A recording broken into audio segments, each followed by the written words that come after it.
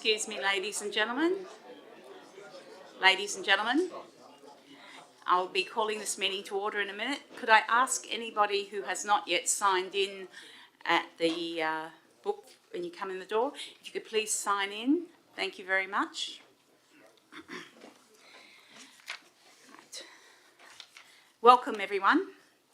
It being the allotted time, or a few minutes past actually, 2 minutes past 6, I'll declare this meeting open. Kaya Maman, Kaya Yoga, Kaya Bridie, Yananuk, Nalak Kadij, Winji Alak Nili, Nalak Kadij, Nija, Bujabal, Wajak Nura, Buja, Nalak Nili. The town of Bassendean acknowledges the past and present traditional owners of the land on which we gather to conduct this meeting and pays its respects to their elders, both past and present. We have some apologies for tonight. Councillor Burke and Councillor Ames are an apology for tonight. The remainder of our councillors are seated over to my left. We have Councillor Wilding, Councillor Polifka, Councillor John, Councillor Carter.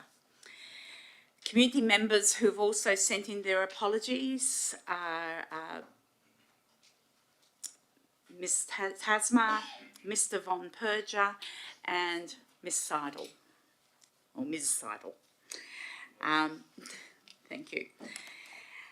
I don't believe we have any other apologies for this evening.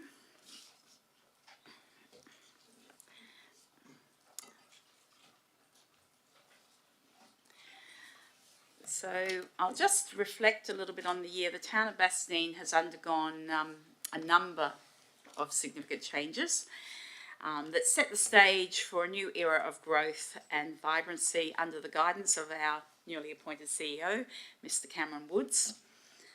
I'd like to express deep appreciation to my council colleagues, administration and all staff for their professionalism, energy and tireless efforts. Whilst at times challenging, with difficult decisions made in the best interests of our broader community, it has also been a rewarding year in terms of collaboration and forward planning. The functions and services provided by local government are many and varied, where catering to the priority aspirations of our broader community is paramount in planning for current and future generations of our town. Laying the foundations for a sustainable and resilient future, Council is committed to continual improvement as our team work tirelessly to enhance the quality of our services. Reflecting on the town's accomplishments, I wish to express my gratitude also to residents, community groups, local businesses and volunteers, because your invaluable contributions are recognised, and it's these collaborative efforts that support us in delivering diverse projects and services. Together we continue to foster partnerships, celebrate diversity and enhance our community's resilience. So thank you one and all. I'd now like to ask our Chief Executive, Mr Cameron Woods, to address the audience. Thanks, Madam Mayor, and welcome everybody. Thanks for coming out tonight. It gives me great pleasure to present this annual report, which summarises the town's key achievements during the past year and provides a snapshot of some of the organisation's day-to-day operations. For those of you that haven't had a chance to see the report on the website, there are some copies at the front of the room. I'd also like to take the opportunity to congratulate the previous CEO, Pina Mabs, for her service, and for particularly Luke Gibson for acting in the position of CEO and ensuring that service provision to the town's ratepayers and residents during this difficult period was to our normal high standards. There are significant efforts by the administration has resulted in the adoption of some key documents which I wanted to touch on. The first one of those happens to be LPS 11, which is our key planning document, and congratulations, I think, to Director Mr Gibson and his staff for 4 years of tireless work in getting that document through to the council. It is now sitting with the Minister, so we're hoping within the next few weeks we do get the green light and the tick. It's also the town's first ever public health plan was produced, well ahead of the statutory timelines, and the tree canopy action plan has been developed and continues to grow, and our community continue to advocate for increased tree canopy, and it's the journey that this organisation's on.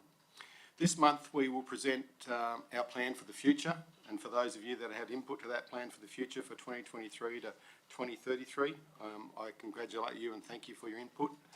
And I also look forward to being here this time next year to present some of the progress reports against that particular plan for year one. Lastly, and probably most importantly, I'd like to acknowledge you, the Bassendean community, for being what I consider to be one of the most engaged communities I've worked with. And whilst that sometimes has its challenges, I'd rather have the challenge than having an apathetic community who let us bumble along and not be held to account. And I think we're on a journey at the moment to continuously improve, and we can't do that without feedback from the community. So thank you. I'd now like to ask the Director of Corporate Services, Mr. Paul White, to provide a financial overview of the 2022-23 financial year. Thank you very much, Madam Mayor, and good evening, everybody. The 22-23 annual financial statements are included as part of the annual report. The financial statements occupy the second part, and they start on page 49. The financial statements have been audited, and the town received an unqualified audit report for the financial year. The Auditor General's opinion is at the end of the financial statements. I don't propose to go through everything line by line tonight, but just quickly highlight a couple of points. Looking firstly at the Statement of Comprehensive Income, which is the first one you'll see. Operating revenue was $1.3 million higher than the previous year, and $750,000 up on budget. And there were three main reasons for that. The first was increased rates revenue of $588,000, and that was from the expansion of differential rates into commercial property, and an increase in the rate in the dollar of 4%. And importantly, at the same time, Council continued to freeze the minimum payment at $1,106 for the third consecutive year. The second reason was the imposition of a service charge for the first time for the Eden Hill Underground Power Project, which raised just over $500,000, and higher interest revenue of around $500,000 as a result of obviously the increased interest rates.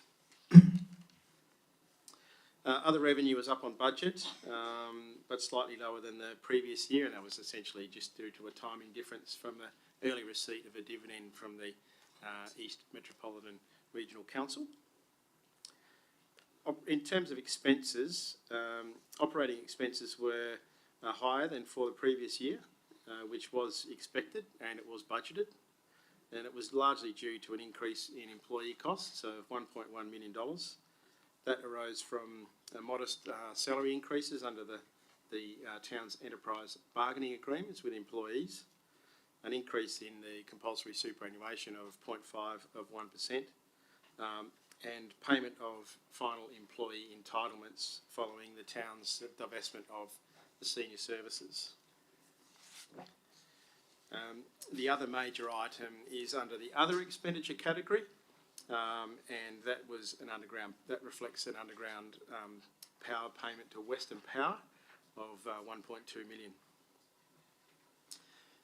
Materials and contracts expenditure was consistent with the previous year, although under budget by $1.7 million, and that was mainly due to timing of maintenance for infrastructure assets and operating projects.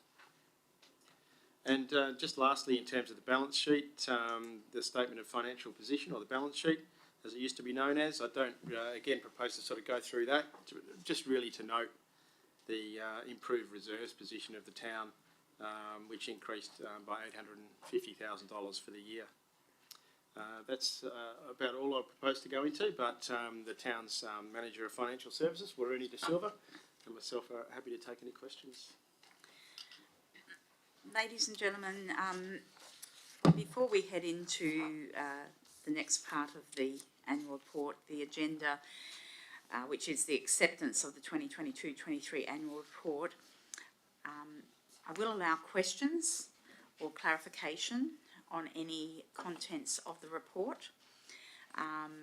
to ensure that all the room have an opportunity to ask their queries, I will allow one question per person before moving on to the next person wanting to ask a question. So if you could, just a reminder before we go to the public part of the meeting, that these meetings are live streamed and recorded. So speakers are asked to clearly articulate their name and address when they come to the microphone. I would ask you to raise your hand when you would wish to ask a question and come to the microphone. So do I have any attendees who would like to ask a question about the report? Yes, sir, if you'd come to the microphone.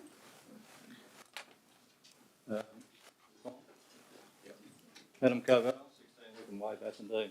I'm not sure if this is the appropriate place to ask this question, but the question is the council aware that the 2023-2024 higher rates have significantly disadvantaged junior and senior groups? Okay, so this is regarding the 2022-23 annual report. This question time at the moment It's specific to this. I mean, it is a matter in the... You just said 23, 24. Oh, sorry, it's 20... Okay. Whatever it is now. But is this the appropriate time? I mean, I'll explain. So, okay. If that's okay. Can I ask if you could? We've got another question time following the receipt of the report. Yeah, well, that's what I wasn't sure. So yes, could I Okay. ask you to take your seat, Yeah. and we'll come back up at Okay. the next question Yeah. time. Thank you. Okay, ladies and gentlemen, questions for this section pertain to the report just presented by Mr. White. So the document that some of you are reading in front of you is questions regarding that particular report before we move to receiving that report. So if there's anyone who would like to ask a question about that particular report, if you could raise your hand and come to the microphone. Yes, sir.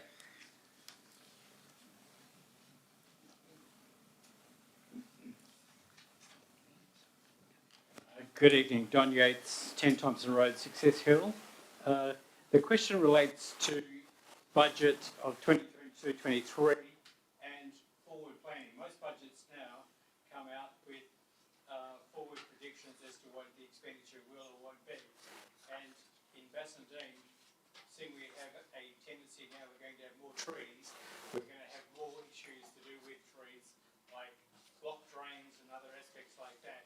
So the question really is, as part of the budget starting with 22-23, will there be contingencies built into the budget so people planning budgets, budget reviews, have an idea as to where the budget's going in that regard? Thank you. I just think also the microphone went off halfway through that question. Could I direct that question to the instruction? Madam Mayor, if I can, I'm not sure the question was relevant to the report we just have presented. I think it's more relevant, Don, to the next round of questions, because what you're trying to ask is we've got this growing demand for tree canopy, and that's having a cost to resources to maintain those particular trees, to do the pruning and all the rest of it. So I think it's the future budget we need to be allowing for. It's too late to affect the budget we've just adopted and for the audited accounts for here. So what I might do is call that a question for the next section and let you know that you've already had one tonight. Okay. So ladies and gentlemen, if we do not have any more questions on this particular 2022-23 annual report, I would like to put it to the meeting that you receive the report, so that the 2022-23 annual report for the town of Bassendean be accepted.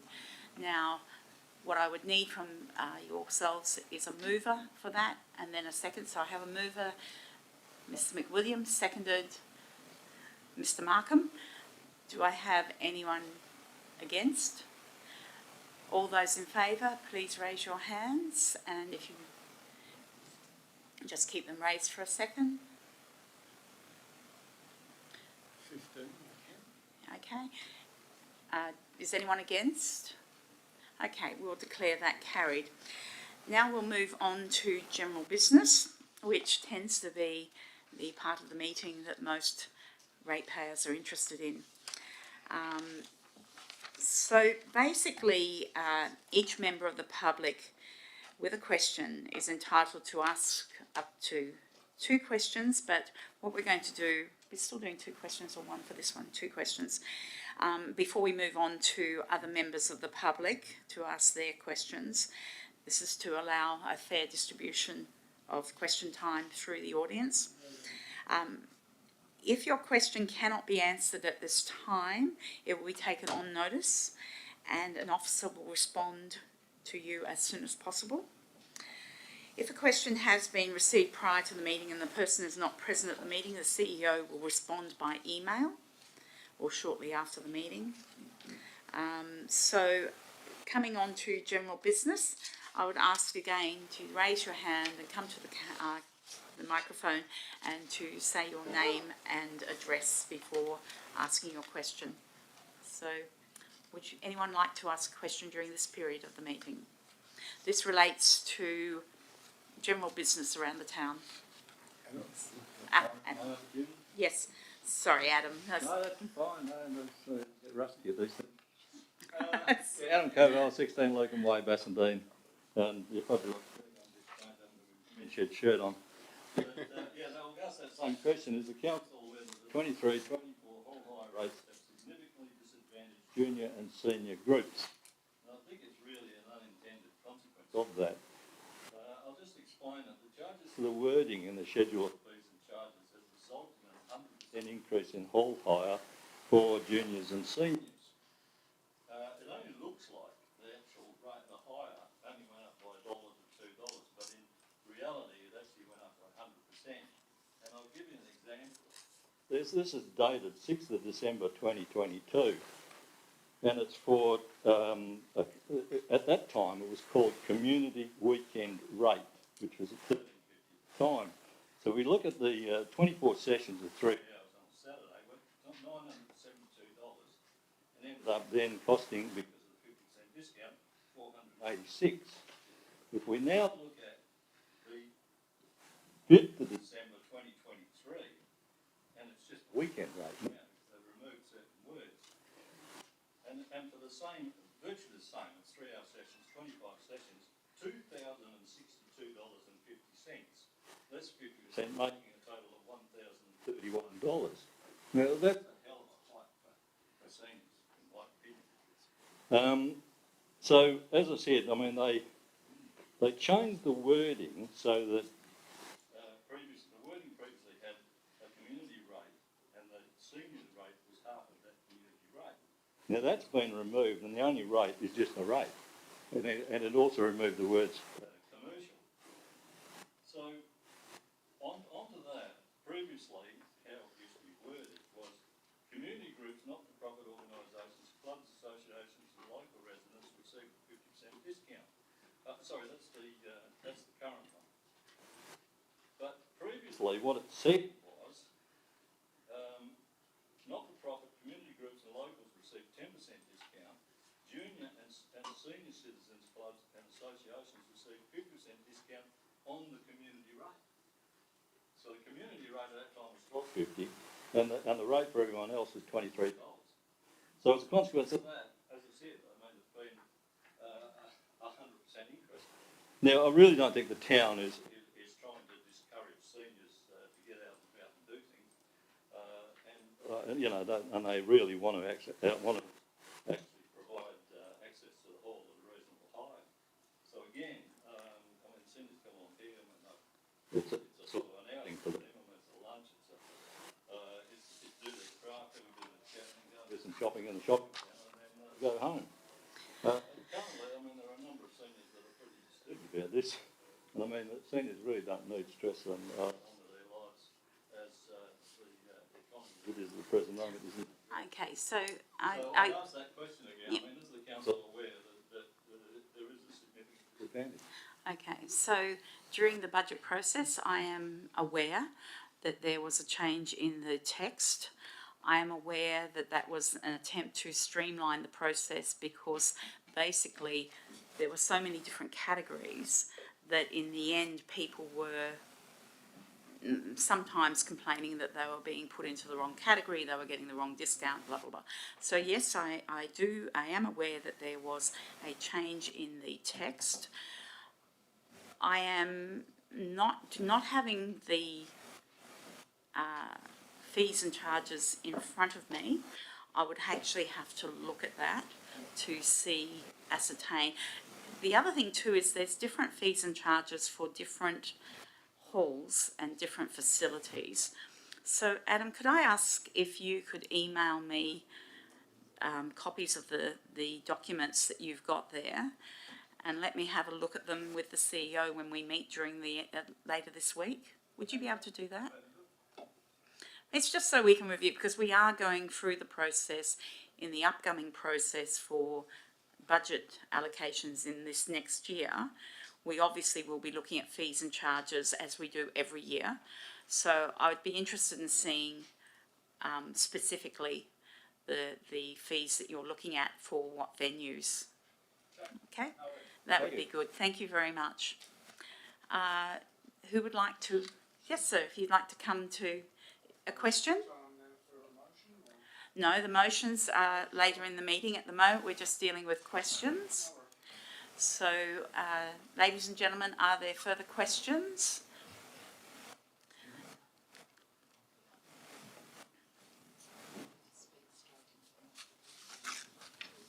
Good evening. I'm William Bosworth, 136A West Road. William, could I just ask you to move a little bit closer to the microphone? Thank you, sir. Whoops.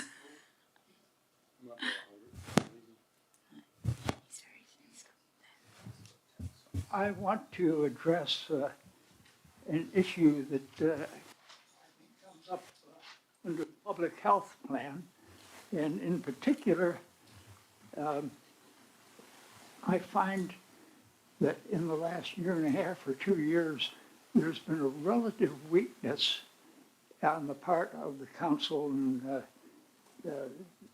the business side of the council of keeping the electors aware of where you're going on a week by week or quarter by quarter or half by half basis. It used to be that we used to get about 3 or 4 times a year a little booklet in our mailbox that told us what was happening, what was going on, what changes were being made, and it seems to have completely disappeared.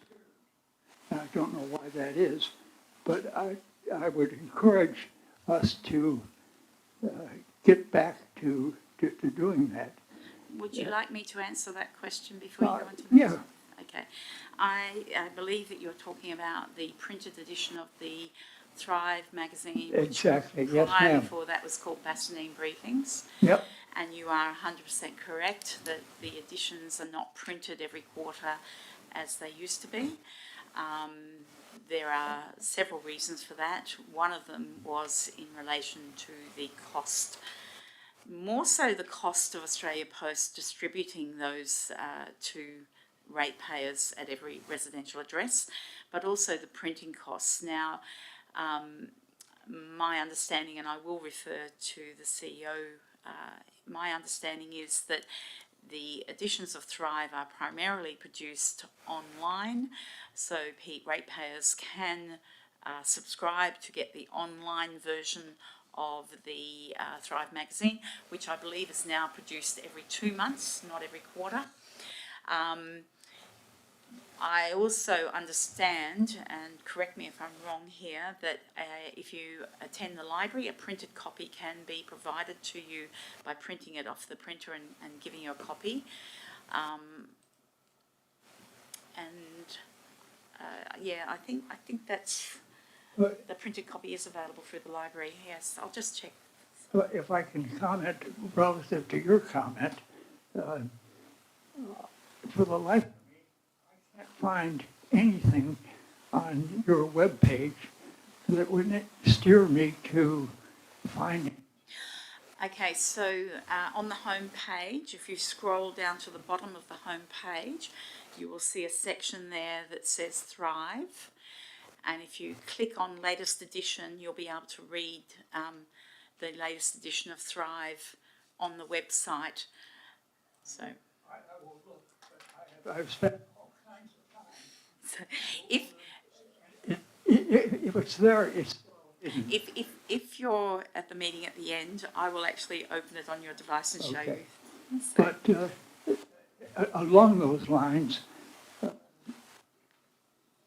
I would like to see the webpage also address an issue in the, of which is addressed in this as the public health plan, where the public health plan aims to promote, protect, enhance the health and well-being of all town residents.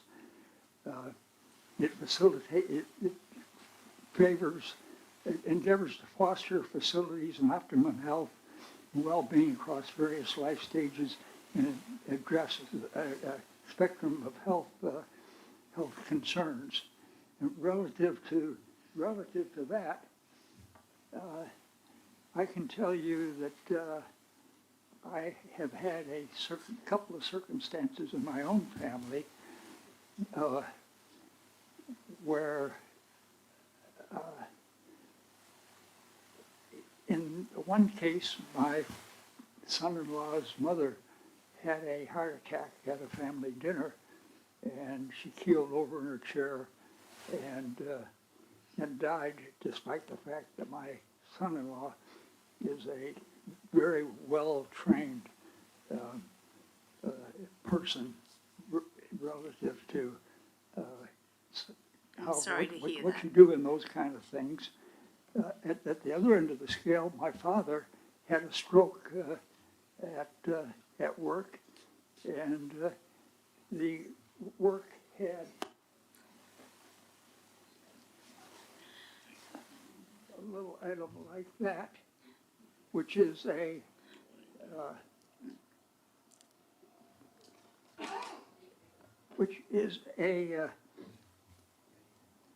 assisted emergency defibrillator, yes. and I can't find that any such thing is available through the council. And I would strongly encourage the council to make sure that you have a number of these.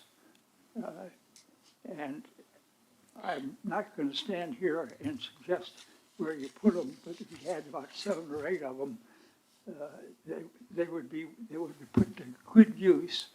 And I've gone to St. John's. There's a St. John's training section, training facility over at 371 Collier Road. So, And if you talk, if as you, as I did talk to the training officer there, okay. that she agreed that there is almost no way of finding where these things are located. So, I'll take that on board. I do believe we do have some, but I couldn't tell you how many, and I would have to actually seek additional information on that. You absolutely positively cannot find it on your webpage. No, that's probably true. So again, what I'll have to do is to seek additional information for you and get that sent through to you. How's that sound? The training officer at Collier Road, when I pointed out the problem that you have of communicating with the public, she said that if this council wanted to collaborate with her, she would help you Okay. use their information. And my suggestion is that you install that information on your webpage in a proper place, such that when it's necessary to be used, it can be found and found immediately. So I know that we're having problems with that microphone cutting in and out. So I will seek additional information and we will forward that to you. But that's actually a good suggestion to liaise with the officer from Collier Road. So I'll see if someone can. Well, they are more than willing to collaborate with this council Yes. of making the information more available. Okay, so I'll follow up. We'll actually see if other people in the chamber have more questions, and we'll try and rectify the problem we've got with the microphone there because you were cutting in and out. All right. Thank you, sir. Ladies and gentlemen, do we have someone else who would like to ask a question? So if you'd like to come to the chair with the new microphone that hopefully will be working a little bit more effectively. So, pity we didn't have the chair for our previous resident. Speak right into it, you can stay back. Okay. That's perfect. Thank you, Your Worship. Bruce Kay from 11 Earls Ferry Court, Bassendean. My question relates, and I can't see it in the document, to the progress on closure of Town Planning Scheme 4A, which has been promised, Mr. Kay. promised, Mr. Kay. and promised. Yes, Mr. Kay, and I am delighted to say that significant progress has been made, thanks to our Director of Planning, and Mr. Gibson, would you like to provide a little bit of information about where we're at with that at the moment? Through Madam Mayor, progress has been made insofar as we are hopefully, as Mr. Wood suggested earlier, on the cusp of having a new local planning scheme number 11. That will resolve some of the outstanding issues, but the other thing that is still to occur to allow us to properly close it out is with a notice of to request a notice of intention to take from the Minister. And once that process is concluded, that would pave the way for the town to seek to exit TPS 4A. So, Your Worship, can I just keep on the subject for a minute? Does that mean, what Mr. Gibson just said, does that mean that any land that we had to buy to complete Scheme 4A has been purchased? Sorry, Mr. Gibson. Sorry, Madam Mayor. Through Madam Mayor, not as yet. We're waiting on the decision from the DPLH regarding the subdivision before we proceed with any acquisition of land. And we're hoping that decision's made the next month. Thank you, Your Worship. Thank you, Mr. Kay. One small step and we're almost there. Ladies and gentlemen, just to let you know that there were some questions submitted by ratepayers via email. 3 questions were submitted by Ms. Jefferson, and they will be dealt with by the administration, emailed to Ms. Jefferson, and also appear in the minutes of this meeting along with the questions. Mr. Yates, you had multiple questions, which we were not sure whether you were coming to the meeting. I'm clearly not going to read out every one of these questions. Obviously, being at that time of the meeting, you can come to the microphone and ask 2 questions, as is your right. Would you like to do that now? Well, I can only ask one more. Yes. Okay. Yes, if I can ask one more question. If you could come to the microphone Thank you very much. for the recording, thank you. This one here. Don, sit down. Got a chair for you, Don. The other microphone's not working properly. Yep, I got the drift. Don Yates, 10 Thompson Road, Success Hill. My question really relates to lights in Bassendean. And the missing lights and aspects like that. There's a missing green arrow over here at the corner of West Road and Guildford Road that would make it easier to get in and out of Success Hill. It's been missing for 21 years. I think it was about time Man Roads did something about it. The entrance to the main shopping centre is, measured with my lux meter, is about 1.5 lux. That's not bright enough. At the whole entrance to do with the shopping centre should be changed. It's too narrow, it's too steep. Mr. Yates. It's a lighting issue. Mr. Yates, Could I just ask if there is a list that's as long as my arm about lighting issues, could I ask that a list be provided and the administration will respond to you in writing? There's one more question I'll ask to do with Extension Road. The lights at Extension Road have been out for almost 2 years, opposite Red Rooster. My question really relating to that is, who paid for the 3 light installations? Was it the Department of Transport, the community here, or the insurance company? Mr. Thanks, Madam Mayor. Neil, are you comfortable answering that? Do you have the information? No, I don't. Sorry, I have to take that on notice. Take that on notice, because it has appeared on our accounts for payment recently. So. Okay, I'll send you a list. Thank you. One other final question to do with lights. I think Main Roads should look at lights at Coulston Road and Guildford Road, because commercially it's causing grief for the traders in Coulston Road. And the sooner there's traffic control lights there, you might then retain the IGA store. Mr. Yates, you're well aware, having been a former councillor, you're well aware of the limitations that are imposed upon local governments in respect to main roads. You are aware of that, so please, thank you for your question. Take your seat. Thank you. Okay, ladies and gentlemen. Yes, sir, if you'd like to come to the microphone. Morning, Madam Mayor. Good afternoon. Pre-Christmas, I asked a question about 10 trees were removed Your from... name and address. Bill Busby, 53 Hague Street, Thank Ashfield. you. 10 trees were removed from Ashfield Reserve behind the stand. They're starting to regrow again. Are they getting pulled out, the base of them? Are they going to stay there? It was taken on notice. I've not received any answers back on that as yet.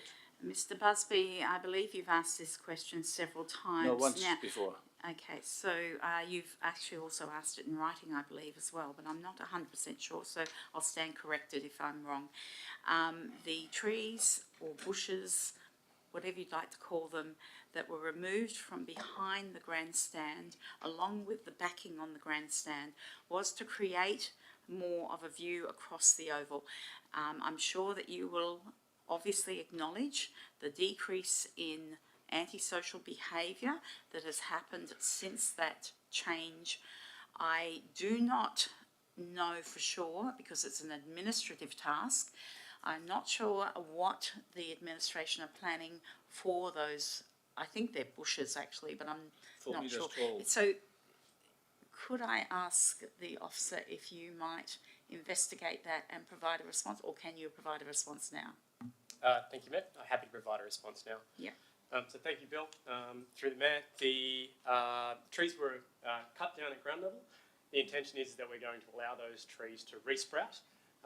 We need to create a lot of passive surveillance in and around that area to try and discourage the antisocial behaviour that the Mayor's already mentioned. Our intention is to keep those trees in a low hedge formation to allow that passive surveillance from neighbouring properties and from the road, allow that to be discouraged, and still allow the trees to live on. So how can we help that process? Because at the end of the day, a lot of vandalism and stuff happens down the end with the public toilets and the bits and pieces. We welcome anything we can do. And as living across the road from the park at 53 Hague Street, I'm out there weeding, doing whatever I can. We can do some stuff through some of the community groups if we know what's happening. But when the trees were taken down, wasn't part of information. But if there's good stuff can be done, there is still a lot of crime in that sort of area.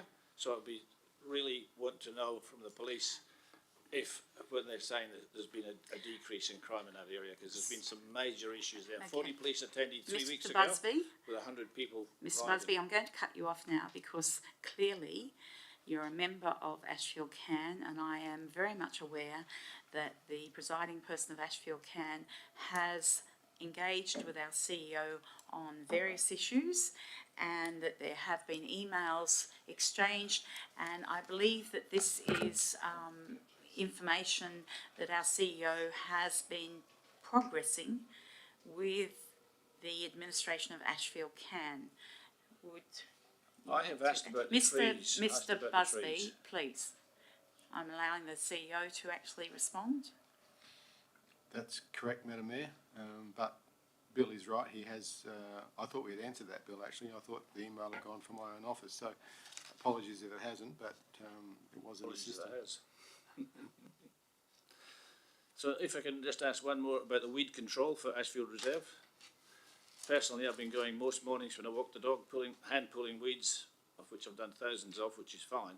But what is the action from the town parks and gardens? I know your director's gone, but there's massive amount of weeds, massive amount of ants, So a lot of Mr. holes in the ground. So Mr Busby, all of our reserves are subject to a program of works. I again will refer to the officer. Because again it's an administrative task, I'm not familiar with the actual program. But councillors do see that a couple of times a year, but not having it in front of me, I can't give you the details of the program. Could I ask the officer if you would like to take this on notice or to address it now? Happy to address it now. Yep. Thank you again, Bill. Through the Mayor, the town at the moment, I believe you're talking about the Parramatta grass in particular. When There's it comes lots to of the weeds. grass. It's just amazing. I have personally pulled thousands of weeds out of the ground in the last 5-6 months. It's highly appreciated. Any And that's bit of fine, extra help would but be great. people will do it, and I'm happy to put a sign up saying this is what you can do or can't do, but we've got no communication with the staff. I talk to the staff, pick up the bottle glass, do whatever I can, but at the end of the day, without some guidance from you guys, am I pulling out the good plants or the bad plants? What should we do? I mean, it's taken months for our goal areas to be fixed. We've done it ourselves. So Mr Busby, could we allow the officer to Sure. answer your question? Thank you for that. Thank you, Madam Mayor. So the question I believe originally was about Parramatta grass. Yes. It's a prolific reed and it's very fast growing. The town is trying to manage it as best we can. Unfortunately, that particular type of grass is incredibly challenging to try and manage. The only way successfully to manage it is kind of remove all of the topsoil, about 250 mils of the entire park, returf, chances are it's going to come back. There are no broadacre weed sprays and herbicides that will target that without killing everything else in the area. So to be honest with you, the best approach is unfortunately hand weeding and picking it out as we can. In relation to the ant question, I believe the CEO already has that response as well. But again, there's not any sort of pesticide that we can use to limit the ants without attacking all ants in itself. So unfortunately, we're sort of stuck with what we can actually If do. we could meet some of the staff on site and look at the thing, because nobody, Miss- it's a drive-in, drive-out Mr. situation with Busby. Ashfield Reserve. Nobody's walking the park. Mr Busby, I'd ask you to take your seat so we can go around the audience, rotate. As you are aware, Ashfield can have been engaged. You're representing me. Mr Busby, Ashfield can have been addressing many of these issues, and I agree that weeds are a problem, and if we could find solutions just like that, we would. So the staff have indicated a problem with a particular weed, and they are trying to address it. I don't believe Ashfield the reserve can be hand weeded to a level that would be acceptable, because the cost would be prohibitive. So we have to balance cost versus usage. I would like to see some form of resolution to all these weeds, but unfortunately, I don't have I'm offering to volunteer to do the weeds. You just teach me with the weeds what to apply and I'll do it. Okay. I've removed thousands of weeds to date, and I'm happy to do it again. This Parramatta grass is an issue. I'm happy to help. Protect training, I'll do it. If I walk the park every morning with the dog, So half Mr an hour every Busby, day, what can be done? how about I request that an information sheet be provided? Could that be provided to Mr Busby about different types of weeds with, Park. do we have something like that? I'm sure we do. I would assume so as well. I'll go back and check with the team. I'll take that on notice. Okay, thank you. So Mr Busby, if we can send out some information to you with some pictures, would that be of assistance to you? It would be fantastic just to walk in the park. Okay, thank you, Mr Busby. Madam Mayor, can I give an assurance that one of our team, at supervisor level, will contact Mr Busby and walk the park? Thank you. Thank you. Thanks for that. Okay, ladies and gentlemen, do we have further questions? Yes? To finish my first question. We'll take a question from this gentleman. Thank you. Good evening. My name is Ketan Kozgutsola. I live on 164 West Road. I've been approached the office across the road a couple of times because there is a block on the corner, West Road and Bassendean Parade, where there is no fire break ever been done. We are halfway in February. It should be done by now. The other day, I come before Christmas, I show some photo. The grass is this high. There's a pile of firewood, probably 4 meters, might be more, close to the boundary, the shy boundary. And the ranger told me, he investigated, the owner is very hard to deal with, and nothing has been done. I want to know what's the rules for fire breaks and cleaning the property. Can I just get that address off you again? Corner of West Road and... And Bassendean Parade, where the vineyard is. Ah, okay. Okay, and this is private property, is it? Yeah. Okay. Okay, now generally, all private properties that have fire hazard growth, Yeah. they get a notification in October, Yeah. and they're given 1 month to reduce that fire hazard. Then usually what happens is they get another notice. If they don't adhere to the second notice, my understanding is that the administration then send in contractors to deal with the problem, and the property owner is charged by their rates, I think, or they're charged anyway for that work. Can I just confirm with the officer that that particular property will be looked at to see if there is some oversight? Through you, Madam Mayor, yes, we'll certainly look Okay. at Yeah, I it sent some photo too, because that day I went to the counter office on the other side. I brought some photo and I passed to the lady at the counter, and she said she passed to the ranger, but it was before Christmas. We are in February, should be done. Okay, okay. So you're correct. I mean, it should not have been overlooked. So we'll have a look at that. Because I don't understand, the ranger told me, it's the owner is very hard to deal, but the excuse was, according to the ranger, he paid the contract to clean his block because put down some pine tree, and the pine tree being stacked close to the road, close to the footpath. But Okay. Thank you, sir. We'll Okay. have somebody. hope so something happens Yeah. very soon, because it's very somebody dangerous. actually, Thank you. contact the gentleman, or we'll just go and do the job. We'll just get on with it. Okay. So the CEO has indicated that we'll just remedy that problem as soon as possible. Okay. Okay. So, if you'd like to come. Thank you. I can't really leave without it. I wasn't going to raise it, but I will. While we were talking about trees. Yes, Adam. Covell, 16 Luton Way, Bassendean. I have a concern, and I'm wondering if the council's prepared to put signs on trees. Gentlemen, please. Signs on trees saying that they're dangerous and don't stay under them.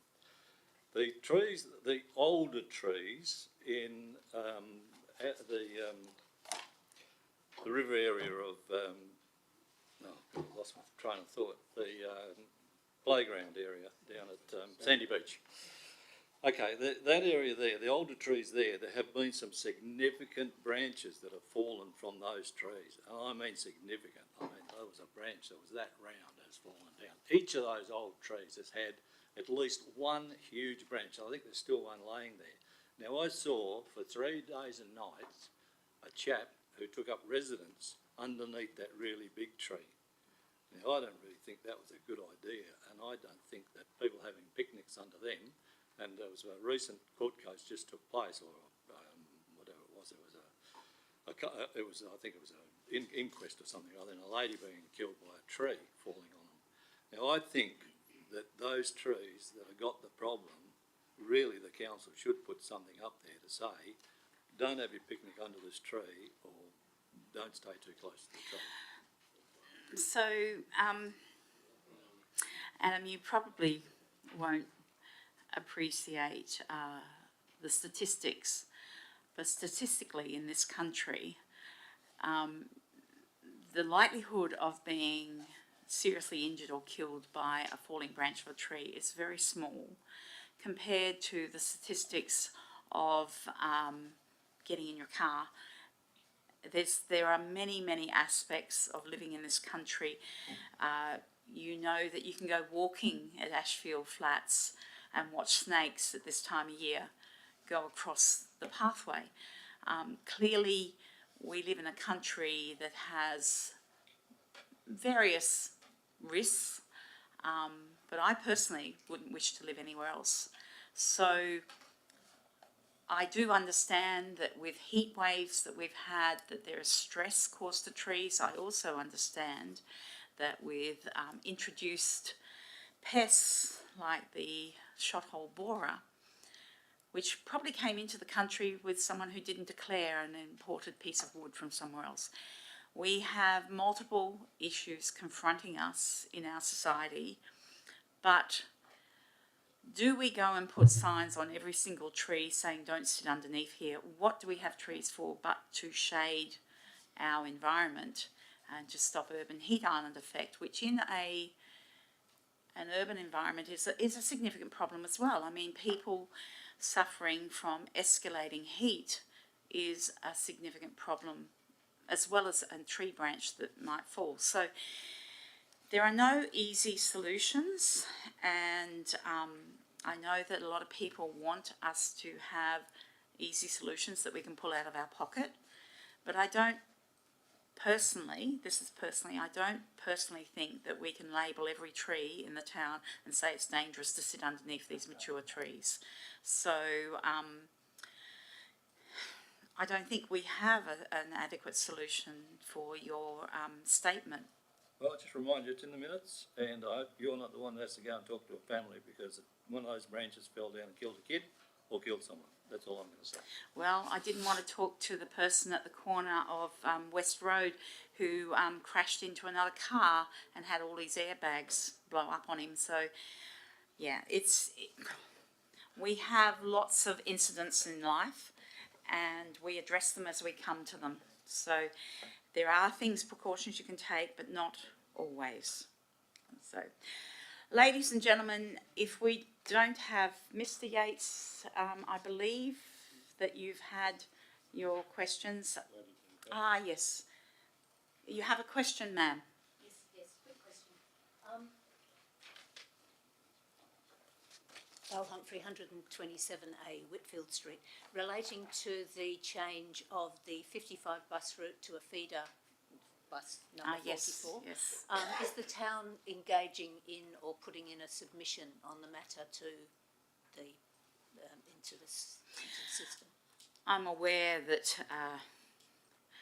many ratepayers and councillors have actually put submissions in themselves. I'm not sure whether the town, the town actually is not putting a submission in as far as I know. Okay. Well, look, I'd just like to speak to you and the audience about the potential for looking at the top of the route from our Bassendean station, taking the bus straight across Old Perth Road, Surrey Street to Point Reserve. Once in town planning, the town planning scheme 11 creates a T-junction there, it could be quite a tidy route. And then rationalising the route so it no longer goes down Highland Street, dividing Bindaring Park, and that we could eventually, no rush, but eventually create that link with the continuous wetland across Highland Street. And so it's an opportunity to raise that issue, and I just put it before you. Okay, providing your submission, I assume that you've actually made that suggestion in the survey, is that correct? Yes, and I just, but it hadn't occurred to me before to actually talk to council about that. Apart from providing feedback, and I would encourage people if they're interested in this to provide their feedback via the survey. It's on various sites. I saw it online. It's on the town of Bassendean side. Yes, it's also on some of the other pages as well, which is where I first saw it. So I think that if you have an interest in that, to provide your feedback. But Val, I'm more than happy for you to provide me a mud map of your suggestion so I can have a look at it. Okay, thank you. Thank you. Okay, so ladies and gentlemen, I know that many people here are waiting to move on to motions, and I would be happy to move on to that if there are no more questions from the audience. Okay, right, so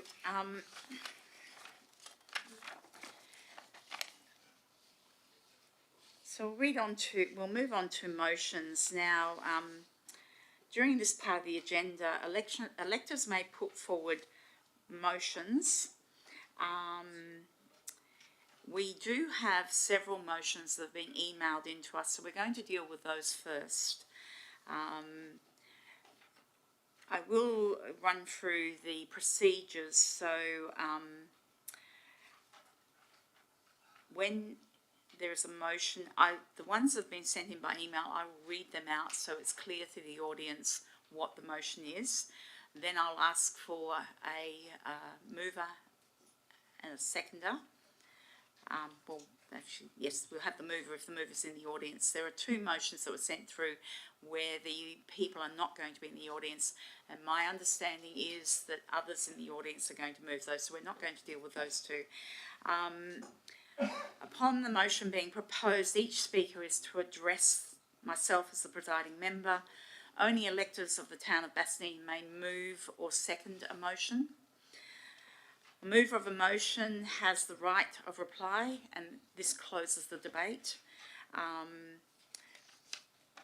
We will then go to the vote on the motion on the floor. When you vote in favour, I'll ask you to hold your hands up for a short period of time so we can do the count. And if there are those against, we'll actually ask those who are against to hold their hands up so we can do the count to ascertain the success or otherwise of a motion. A simple majority carries the vote. Minutes of this meeting will be available by inspection for members of the public at a later date. Any motions arising from the meeting requiring action will be presented at the ordinary council meeting in March, because the close-off time for our February meeting is too soon to incorporate these motions. Public questions and comments are recorded, and again, there is no protection in this forum against legal action against you from any comments that might arise because we're live streaming. Okay, so we're going to deal with the motions that have been emailed in first.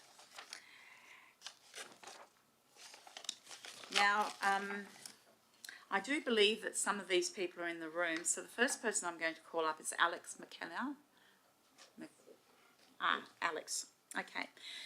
So, Alex, I will just read out the motion that the town of Bassendean urgently updates Local Planning Policy 13, brackets tree protections and retention, or tree retention and provision, with the aim of limiting the unnecessary removal of significant trees on private property by 1, identifying that the removal of a significant tree constitutes works that require development approval, and 2, including provisions that specify exemptions. So, Alex, I'm assuming that you wish to move that motion? I do. Okay, so I'll call from the audience. Do we have a seconder for that motion? Mr. Markham, you're seconding that motion? Okay, Alex, would you like to open with your rationale? Thank you, Madam Mayor. My name's Alex McKellar of 57 4th Avenue, Bassendean, and I'm a member of the Bassendean Tree Canopy Advocates and the WA Tree Canopy Advocates. I'm proud to live in a community that has been a leader when it comes to taking action to enhance our urban forest. It has been great to watch the town undertake an extensive street tree planting program, adopt a significant tree register, and introduce progressive policies such as Local Planning Policy 13, tree retention and provision. However, it's been extremely disappointing to see Bassendean's efforts to protect mature trees on private land blocked recently at a state level. In the last week, we've also seen similar attempts from other communities squashed, with the Minister for Planning's rejection of South Perth and Nedlands' proposed scheme amendments. We know that Perth already has the lowest tree canopy of any Australian city, and it continues to decline as mature trees that have taken decades to grow are cleared unnecessarily and without consequence. 80% of canopy loss is actually occurring on private property. In Bassendean, we have a target of achieving 30% canopy coverage by 2040. This cannot be achieved if the focus is solely on public land. Given the Minister's rejection of including protections for mature trees in the local planning scheme, I now seek the town to review and update Local Planning Policy 13 in order to define the removal of a significant tree as works under the Planning and Development Act 2005, and therefore would require development approval. The policy should also identify the circumstances in which the removal of a significant tree is exempt development. Protections of this nature have been implemented for many years in other Australian cities, but WA is still decades behind. Statewide protection of mature trees is the ultimate goal. However, until there is the political will for this at a state level, we need to pursue all avenues available to us locally to ensure that our town retains our remaining mature trees, and we can be confident that our target for 30% tree canopy cover by 2040 is not just an idealised aspiration but an achievable objective. I urge everyone present and the council to support this motion so that Bassendean can be a green, leafy place for future generations to live. Thank you, Alex. I'll ask the seconder. I will ask the mover of the motion has the right to present his or her argument, but I will ask, because we've got so many people in the audience, for subsequent speakers to keep their comments as brief as possible. So I will ask the seconder, would you like to speak to this item? Very briefly. Okay, so I'll ask you to come to the microphone. Alex, you will be called back to close. Peter Markham, 110 West Road, Bassendean, a beautiful Bassendean, I should say. I would support this, seconded the policy, the motion, because Bassendean has a decreasing tree canopy with the infill. I've seen that grow all around. We desperately need to retain the larger trees. Even looking from my backyard, I can just see several large trees that are still remaining, and these provide an enormous bird habitat and wildlife habitat, as well as keeping Bassendean cooler, greener and better looking. So I strongly support. Thank you. I'll call on any speaker who is against the motion. Sir, if you'd like to come to the microphone. And again, if we can keep the comments as brief as possible. Good evening, Don Yates, 10 Thompson Road, Success Hill. I'm not actually speaking against the motion.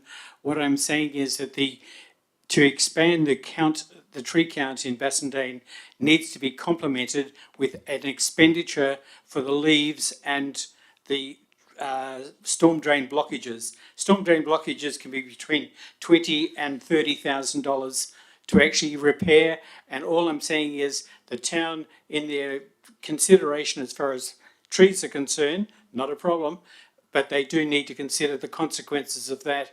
And the other thing that the Water Corp would like to see is the cleaning of stormwater, removal of PFAS, removal of glyphosate, so that the water can be Mr. Yates, please stay on topic. Charged. Please stay on topic, please. Thank you. It is related to the topic. Okay, if you want more trees, then it comes with a cost. Mr. Yates, thank you very much. Any other speakers for or against? Okay, I'll ask Alex to close. Thank you very much with, again, brief comments. Thank you. I think, Madam Mayor, I think the only thing I wish to just reiterate is that all other states, sorry, I should say all but one other state, already has these protections in place and have had for some for many decades. And so we see that contrast between having the lowest tree canopy, but also the least protections. And I ask that everyone keep that in mind as we discuss this motion. Thank you. So, ladies and gentlemen, I'll firstly ask those who agree with the motion to raise your hands and keep them raised for a few minutes while we do the count. So those in favour, please raise your hands.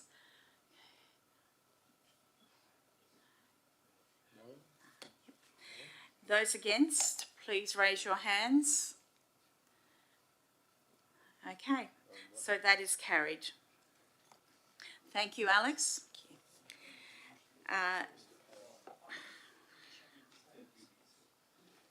Okay, I now call Miss McWilliam to come to the microphone. I will read out the motion. Okay. The first one is noting this motion, Ms McWilliam has two notices of motion. Okay. Ladies and gentlemen, okay, could we actually keep the chatter down? Okay. Noting that the Ashfield Flats Master Plan developed by DBCA outlines Hamilton Reserve as suited to parkland tree planting, the electors of this meeting request that 1, the town of Bassendean explore all avenues to convert Hamilton Reserve into an urban forest, living stream and/or regenerated wetlands, to expand our urban tree canopy and vegetation, and 2, the town of Bassendean seek out collaborative partnerships and potential funding opportunities to accelerate nature-based solutions for development of an urban forest at Hamilton Reserve, noting that reforestation and wetlands regeneration assists in carbon capture, development of thriving ecosystems and enhanced public health benefits. Ms McWilliam, would you like to speak with your rationale? Yes, thank you. So the retention and growth of our urban tree canopy is of the utmost priority as the frequency and intensity of summer heat waves increases and has introduced pests like the shot-hole borer damage existing mature trees, and as we lose more and more tree canopy to the burnt earth approach of developers. Without urgent intervention by our local government to install urban forests in areas such as Hamilton Reserve, future generations will not have the opportunities to enjoy the things we love about our town. It is time to act now to grow our tree canopy in a significant way.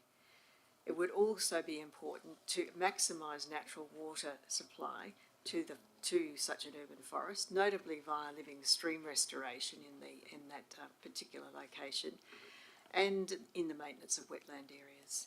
So I urge my fellow ratepayers to support this motion, and thereafter I urge Council to proactively support any and all means at their disposal to preserve existing tree canopy and to grow new urban forests. Thank you. Thank you. Do I have I didn't ask for a seconder. Do I have a seconder? Sorry. Val Humphreys, thank you very much. Ms Humphreys, would you like to briefly speak to this? Yes, I would. Okay. Thank you. Come to the microphone. Apologies for that. I think that this is highly appropriate because this is a part of the Ashfield Flats area which was included in the master planning, which is actually in the control of ownership of the town of Bassendean. And so it's our responsibility, I think, to do something active with this. I do feel that the recommendations of the master plan, which is nearing completion, do seem to have under-focused on that area. It's sort of like perhaps because it's not part of DBCA's control. And so I think that this motion clarifies some positive purpose for it rather than letting it just stay as a legacy of sort of a slack dumping or a convenient dumping site from the late last century, second part of the 20th century, for the town's building materials and road base. And it will need a good look at to determine how the site might be used so that it can support vegetation well, because trees have been planted there over the last few decades and they don't all survive because there's not insufficient soil under them. But I digress. I don't need to go into that now because that's what the motion hopefully will have a look at. I did think that the master plan, which recommended that the other side of the Chapman Street main drain be devoted to streamlining. That was lovely, but I thought that it was sort of a bit lazy not to recommend that they also look at the eastern side, just the western side, because, you know, when you're doing pollutant capture from watercourse, it's good to have, you know, a winding route. If we're going to have this as friendly for community interaction, like adventure play perhaps, it also would be good to have some low contours on the east side as well as the west side, and I would encourage that people who look, if this gets up, this motion, encourage people who look at enacting it, that they look at lowering the contours and making them more user-friendly on the east side as well as the west side. Thank you, Val. Okay, do I have anyone against the motion? Okay, I just want to speak with the motion.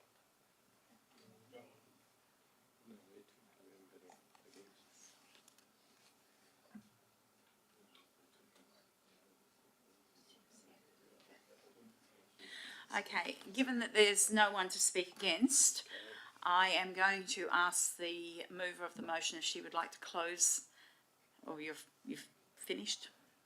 I think I've said as much as I need to say. Okay, I'm going to put it to the vote then. All those in favour of the motion, please raise your hands and keep them raised for a short period of time. 12. All those against, please raise your hands. Okay, so that is carried. Ms McWilliam, you had another motion.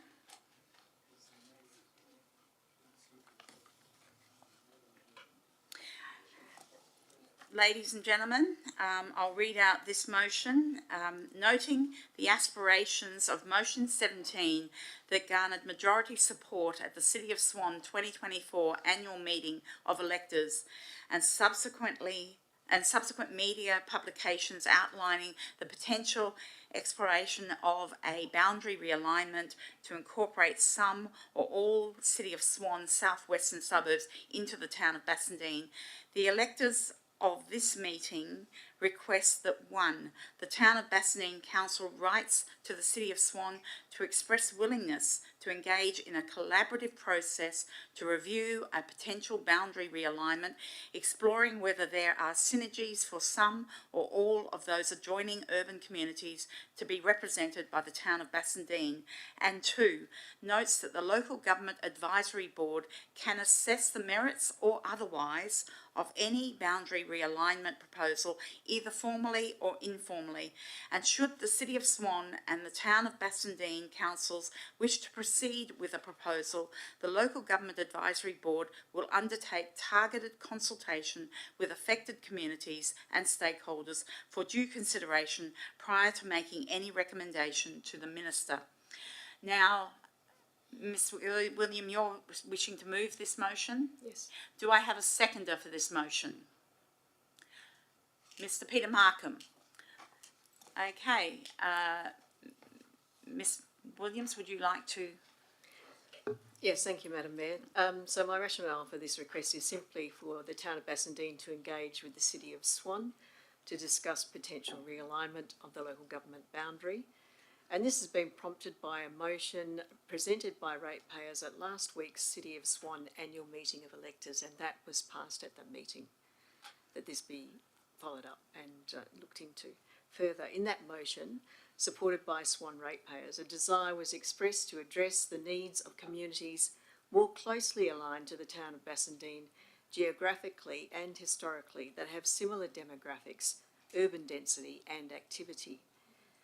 The factors outlined by the Local Government Advisory Board to evaluate proposals for changes to local government boundaries include the following: community of interest, physical and topographical features, so the landscape, etc., demographic trends, economic factors, the history of the area, transport and communication, matters affecting the viability of the local government, and the effective delivery of government services. Logic dictates that adjoining local governments collaborate to review district boundaries, to ascertain what synergies may exist to unite communities of interest. To highlight a prime example, it would appear that Guildford and Woodbridge have significant connections and similarities to Success Hill and Bassendean. Council should always strive for the efficient delivery of targeted services, and a collaborative review may highlight some suburban areas more closely aligned to the town of Bassendean locality than the city of Swan. Clearly, detailed analysis needs to be undertaken to determine the potential for any boundary realignment, culminating in the Local Government Advisory Board engaging in targeted consultation with those urban communities that may or may not support inclusion and representation by the town of Bassendean. I ask for your support for this motion. Thank you, Ms McWilliam. So, seconder, would you like to briefly speak to this item?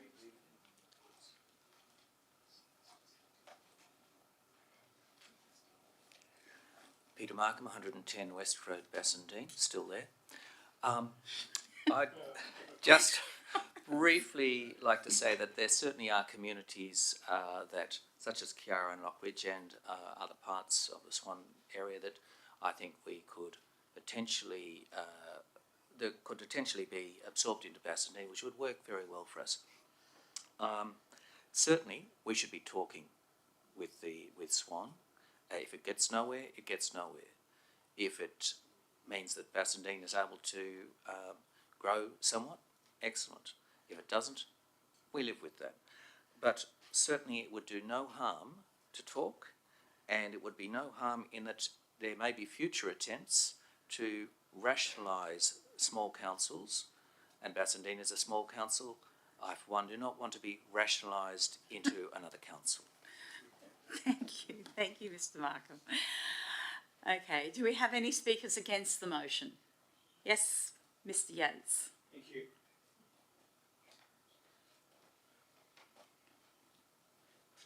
Good evening, Don Yates, 10 Thompson Road, Success Hill.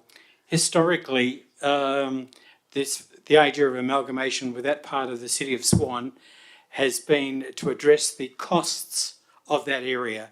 In other words, at the time, the financial director of the city of Swan had a $7.3 million exposure to Lehman Brothers in 2007, 2008. And amalgamation with Bassendean was part of the addressing of that fund issue.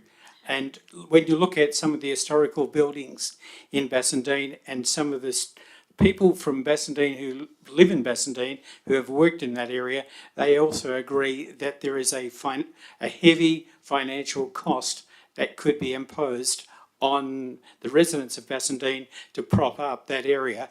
The other thing is that in the last couple of days in New South Wales, there's been this legislation proposed to actually break up councils. In Victoria, Jeff Kennett absorbed over one night a number of councils, reduced the count by about 50% of local governments.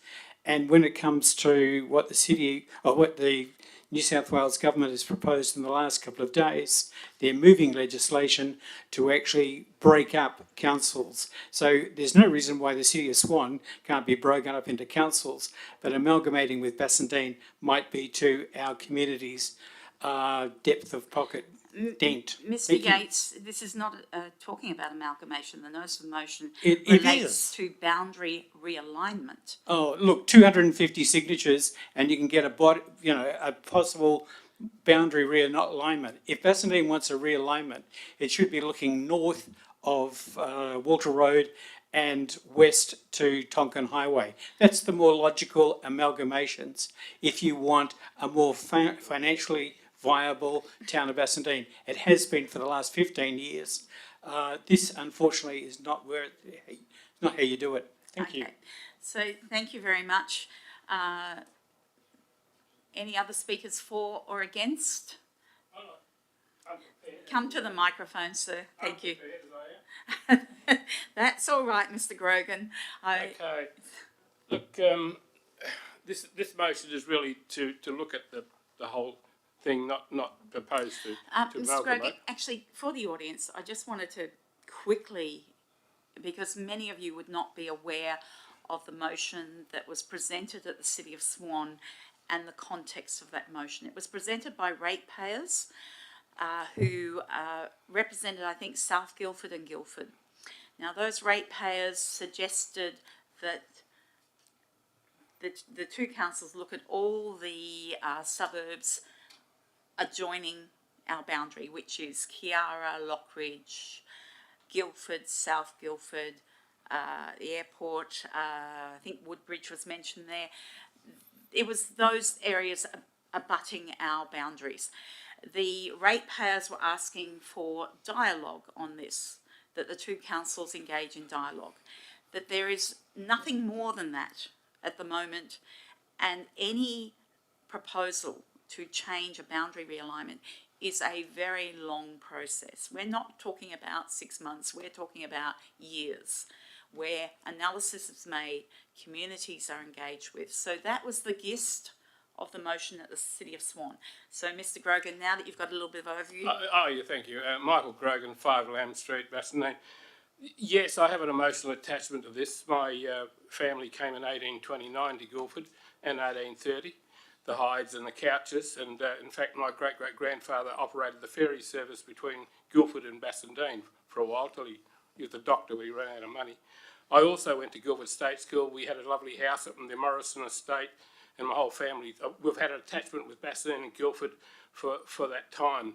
So it's an emotive issue for me, and I have many friends both sides of the drink. But I think we've got to look at this. I think of this because we have the people from there and here. This is all are of the same ilk. We think the same. We have the same values for history, and we have the same. I know it's a very hard social type of values. It's a big word to use, but I think we've got to look at it because we have a shrinking income in our town, and it's only you can look at the figures what we've got. We've got to take on other areas at the end of the day, or we will be swallowed up, as the previous speaker did say.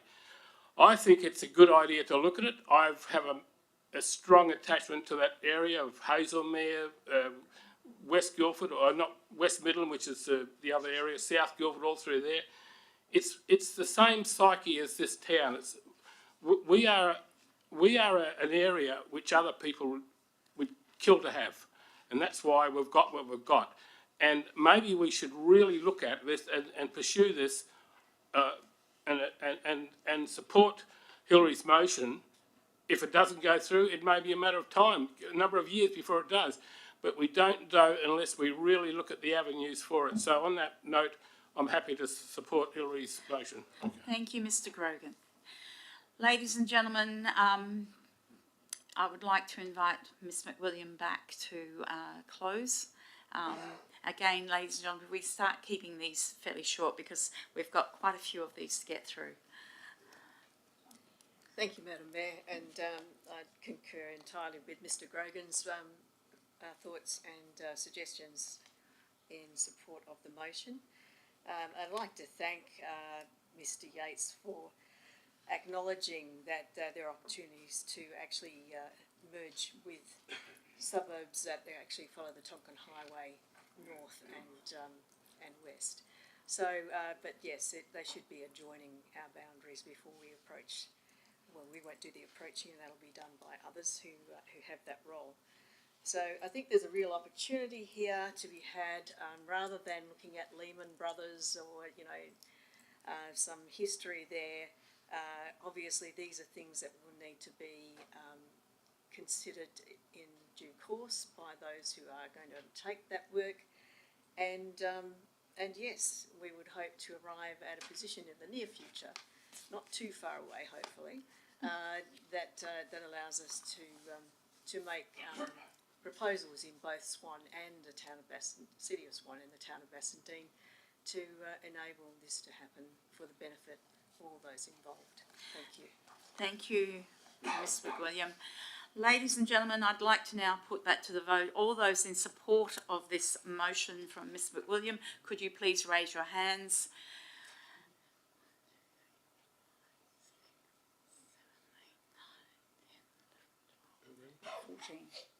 14. 13 it is. Somebody else has to have a win tonight, Madam Mayor. Any of those against? 3, 4. 13, 4. That's carried. Thank you very much.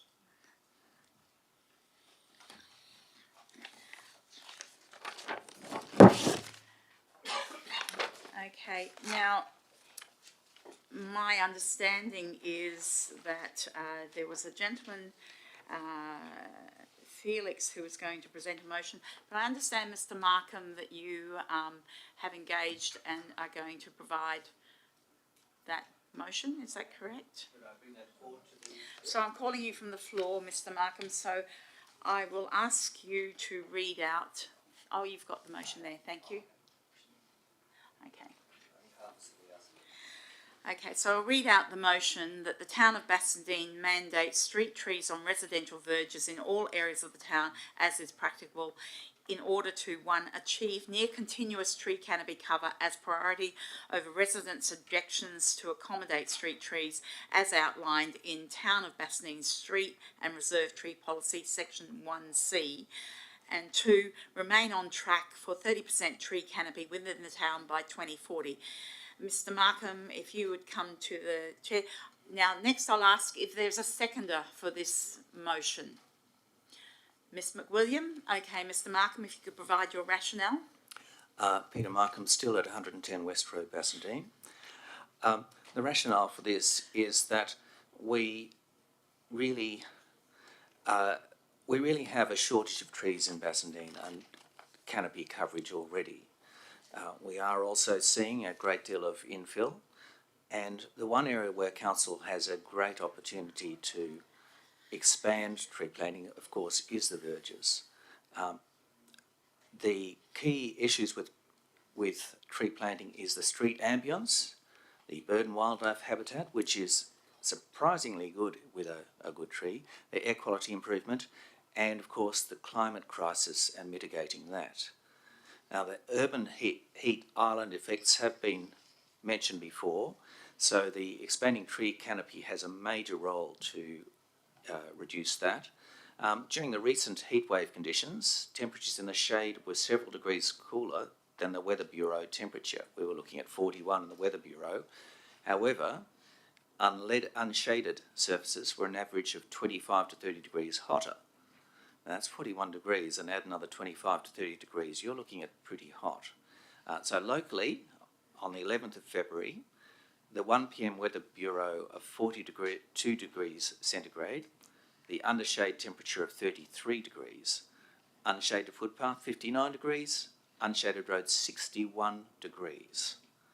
I've also included with an attachment the NASA Thermal Remote Sensing Project in Huntsville, Alabama, not exactly our neighbours, but it showed artificial surfaces can be 20 to 40 degrees higher than vegetated surfaces, but even a tree island, just a small tree in a car park, could reduce temperatures in that area by 17.2 degrees centigrade. So we're looking at a massive effect. If we were to put a shade cloth over all of Bassendean, you couldn't really do much better. One of the things that's also important is walking and cycling. Now, we're trying to get that in Bassendean, and that is much more attractive and viable in cooler, shady streets. Bassendean Council's shown leadership in this area by creating a walking, cycling street in Watson Street, and shaded streets will further encourage that outdoor activity and other outdoor activities such as children playing cricket in the street. It's one of the wonders of Bassendean. Is one of the first things 25 years ago when we moved here was seeing kids playing cricket in the street like with the 1960s. Marvellous. So there is a great deal more research into the advantages of street trees, and particularly with the climate. And the climate heating is going to cause major problems. It will probably kill residents of Bassendean.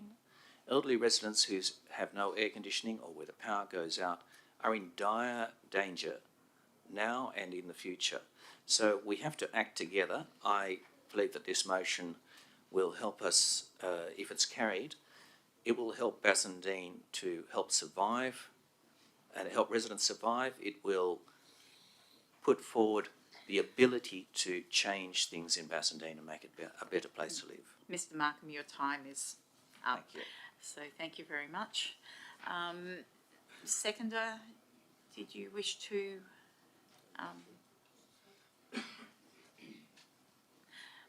Again, if we can be as succinct as possible.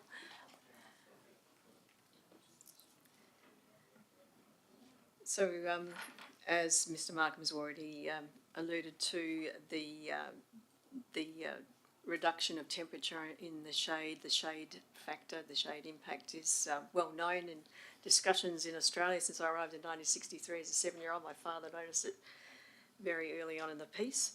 And we had a lot of trees on our half an acre in Ashley Road, and I spent a lot of time there, up them usually. Yeah, and in the river as well. But anyway, the fact is that heat waves are being recorded and people are being alerted to heat waves. We've had heat waves for a very long time now, and people are finding it very difficult. And for those without air conditioning, it is a shocking thing to actually try and get through. So in order for people who reside in Bassendean, whether they're walking on the pavement to get to the shops or get to the train or catch a bus or visit a neighbour, this provides a very sensible and effective way of cooling down what is a fairly hot suburb still. Thank you. Okay, thank you. Do I have any speakers against the motion? Okay, Mr. Markham, did you wish to conclude, or you've covered the points? One last point. Okay.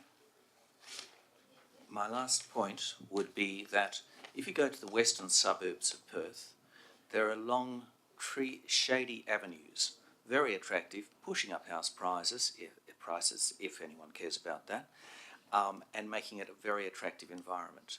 Why the hell should they have all the fun? Okay, ladies and gentlemen, you have the motion provided by Mr. Markham. I would ask all those who are in favour of the motion to raise their hands and keep their hands raised for a moment. Okay. It's 12. All those against, please raise your hands. So that is carried, Mr. Markham. Ladies and gentlemen, I will now, that's concluding the motions. We did have one where the Ms. Tasma is not attending the meeting. I have been told that someone else was going to deal with that motion. Okay, Alex, would you like to come to the stand? Alex, is this the same motion that Joyce Tasma provided? I have a copy of That's correct, it is. Okay, Yes, so I'll read that out, and you can tell me if it's the same. That the Town of Bassendean Council amend the town's delegation register so as to require all decisions pertaining to the removal of street trees be made by the council instead of under delegated authority, with the exception of those trees that have been identified by a suitably qualified independent arboricultural consultant as posing an immediate safety hazard. That's correct. That's correct, yes. So I'd ask if we have a seconder for that motion. Mr. Markham, you're popular tonight, okay. So, Alex, if you'd like to provide your rationale. This motion seeks to bring decisions around the removal of trees on public land before the council instead of being made administratively.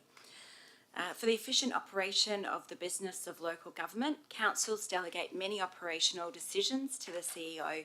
These decisions include the day-to-day functions of the local government, such as the granting building permits and determining development applications. The delegations register contains details of all delegations to the Chief Executive Officer and employees made under the Local Government Act 1995 and other relevant legislation. It's understood that at present, decisions about the removal of street trees are made administratively under delegated authority.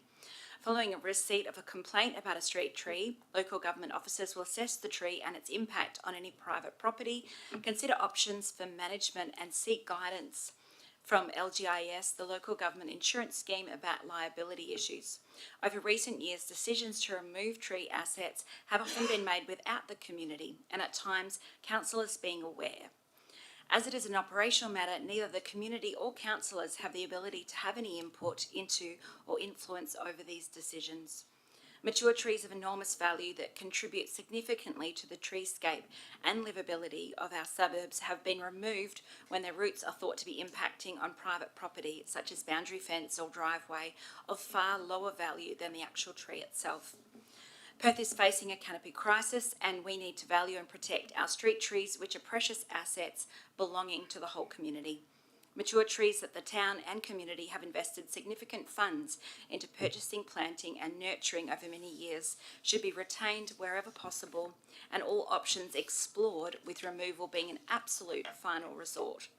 Council and the community should also be given the opportunity to decide what level of risk they are willing to accept, rather than a decision being made on their behalf. Our street trees are highly valued community assets, and decisions about the removal of these trees that belong to our whole community should be made public, so that there can be visibility to residents, ratepayers and the council. Thank you. Seconder, would you like to provide any commentary?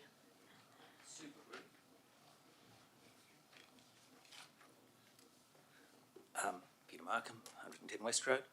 I would simply add that, with respect to the council staff, who I think are doing a tremendous job, that trees are very much a political and environmental issue, and therefore should be under the control of the councillors, who are, of course, elected politically, rather than being treated as an administrative issue. Thank you, Mr. Markham. Anyone against? Your Worship, could I ask a question, please? When you read the motion, I listened carefully, and then when Ms. McKellar was talking, she referred to it being to public land. Is it relating to public land or all land? Verge trees, public land. Public land. Yes. Yes.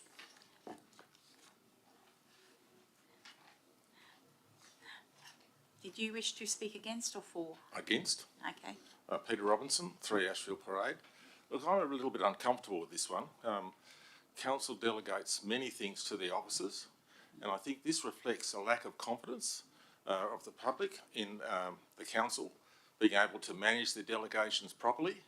I also think it reflects poorly on the CEO, that they don't have the people don't have the confidence that the CEO will be able to read the play of the councillors. The councillors provide direction, and by starting to take delegations away, where will it end? I feel, I'm a former councillor from somewhere else, and I feel this is not necessary and is divisive, and I would like to see that the delegations that the council gives to the officers are honoured, and I think this is it's an unfortunate approach. Thank you, Mr. Robinson. Okay, ladies and gentlemen, any more speakers for or against? Okay, so we'll close. Alex, if you'd like to close. I think I just want to reiterate, in light of those comments as well, that if we're going to achieve that 30% tree canopy by 2040, we need to continue to make tree canopy a community issue and a very visible issue. So I just refer to that end statement in terms of these kind of decisions belonging to the council and the whole community. They make this issue more public, and there's more visibility to residents, ratepayers and the council, and that, I think, continues to put a true value on, a community value on many of these significant street trees. Thank you, Alex. I'll refrain from contributing to the debate, ladies and gentlemen. I'm going to actually put that to the vote. All those in favour of the motion, please raise your hands. 7. Yep. All those against, please raise your hands. 7. Interesting. I've never had that before. Ladies and gentlemen, I'm going to do the vote again. All those in favour, please raise your hands.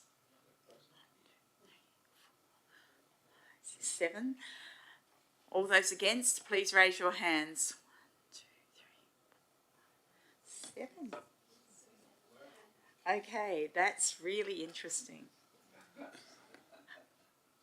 Madam Mayor, at this point, I'm not sure I've dealt with this before, but I think we need a resolution tonight. So what I would ask is those that haven't voted to consider voting one way or the other, rather than having this brought up again at another time.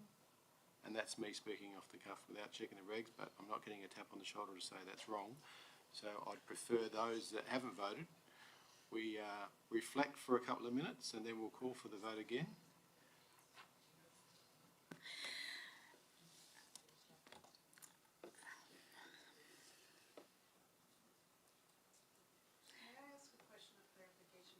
You may. Yes, please. You've been dying to or not? Anne Macbeth, Maley Street, Ashfield. Just a point of clarification of procedure, that whatever we move this evening, right, goes for discussion by the council, then there is no requirement that the council support, even if we have agreed with it here. Okay, So we are putting, in effect, an issue on the agenda of a council meeting. yes. Thank you. So, Ms Macbeth, what will happen, the process is that because the close-off time for our February meeting precedes when these reports will be ready, that this will come to the March meeting. The officers will prepare a report on each item, the motions that are carried. That will appear in the agenda, and the councillors will then consider each motion to understand. I mean, some councils actually move it on block and don't look at any of motions from annual meetings of electors. Some councils go through each one individually.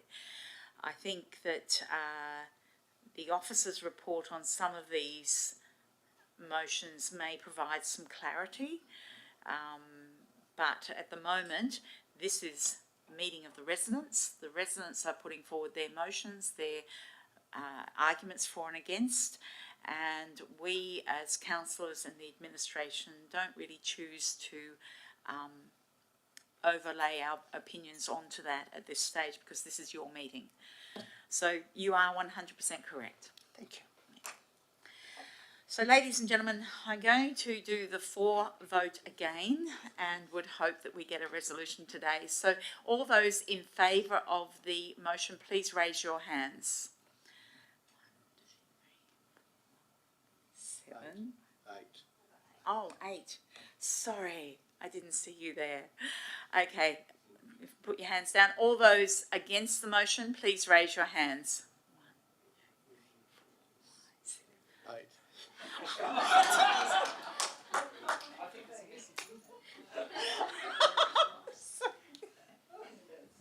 Oh, yes, that was entertaining. So, Madam Mayor, can I perhaps provide some clarity to the notice of motion as it's written? The notice of motion as it's written technically is wrong. The town does not control that particular issue of verge trees through delegation. Yes, it's an operational matter, but it is controlled through a council policy. Council already have a policy that protects street trees, verge trees, and there's a process that the staff are guided by when determining if property damage is caused by a street tree and whether there's an opportunity for us to come to an arrangement with the landowner without touching our tree. Touching the tree, removing the tree is a last resort on every occasion. In my mind, it's been working extremely well. And this path we're about to go on, if it was to come back in March, my advice would be to look at the policy and see if the policy needs strengthening, but it is not an issue of delegation. So on a technical grounds, the notice of motion should be lost. So, ladies and gentlemen, I am going to attempt a third vote. The CEO and I did discuss this motion this afternoon, so We didn't wish to interfere in the process because, as I said, this is the meeting for ratepayers. So, ladies and gentlemen, I'm going to put the motion again. All those in favour of the motion, please raise your hands. 7. Got 7? 7. Okay. All those against the motion, please raise your hands. 9. Okay, that motion is lost. Okay. So, ladies and gentlemen, I'll now ask if there are additional motions to be put from the floor. Mr. Brown, Yes, thank you. If you come to the chair and provide your name and address. Thank you. My name's Robert Brown, known to friends and family as Bob, unless my mother was angry with me, and that was Robert. From 17 Ashfield Parade, Ashfield. I'm seeking dispensation to put 2 short motions to you, as I wasn't able to email them yesterday because we held a meeting last night of Ashfield Can, and I received guidance from that. So, Mr. Brown, I'll have to ask you to read out the first motion because I obviously don't have a copy. So, could you read that out clearly to the audience? Madam Mayor, thank you, and councillors, CEO and staff, officers from town of Bassendean, thanks for the opportunity. I am president of Ashfield Can, a community group that promotes Ashfield as a town and promotes the environment. Mr. Brown, just the motion, please. Yeah, thank you very much. First motion, the town of Bassendean approached the Main Roads Department with a view to having traffic controls lights installed at the junction of Coulston Road and Guildford Road, Ashfield, and lobby for the return of advisory signage on Guildford Road indicating the location of the shopping precinct. I do have these in an email form. By way of explanation. No, first, that's your motion, correct? Yes, correct. Okay, now I'll call for a seconder. Do we have a seconder for that motion? Mr. Yates? Okay, now if you could provide your rationale. Thank you very much. By way of explanation, Ashfield Can, with a membership of about 200 ratepayers, strongly believes the Ashfield shopping precinct space is in need of revitalisation. The precinct provides vital services to this community, particularly the vulnerable and socially disadvantaged. Currently, the location of Ashfield, unusually, has not one single safe and dedicated access point to Guildford Road Highway. Whilst there is a current need, this will only be exacerbated with the predicted increase in a contributing factor is a lack of highway signage promoting the shopping precinct. Such signing did exist, but was removed and not replaced. Okay. It's my first motion, Madam Mayor. So thank you, Mr. Brown. Seconder, would you like to speak? Mr. Brown, if you'd like to move across to let the seconder speak for a minute, that would be great. Thank you very much. Good evening, Don Yates, 10 Thompson Road, Success Hill. Just concurring with Mr. Brown's comments, there was a special meeting held with Main Roads with more than 100 signatures by the community some years back. Multiple issues on Guildford Road need addressing. This is but one of them. It's important. The loss of the commercial centre in Coulston Road would be disappointing at best. Thank you. Thank you. Ladies and gentlemen, do I have anyone against the motion? Okay, do I have any more speakers for or against the motion? Okay, Mr. Brown, would you like to close with your... Oh, I think I've said sufficient. Thanks, Madam Mayor. Okay, Mr. Brown, I'll put that, with your permission, I'll put that to the vote. Ladies and gentlemen, all those in favour of Mr. Brown's motion, please raise your hands.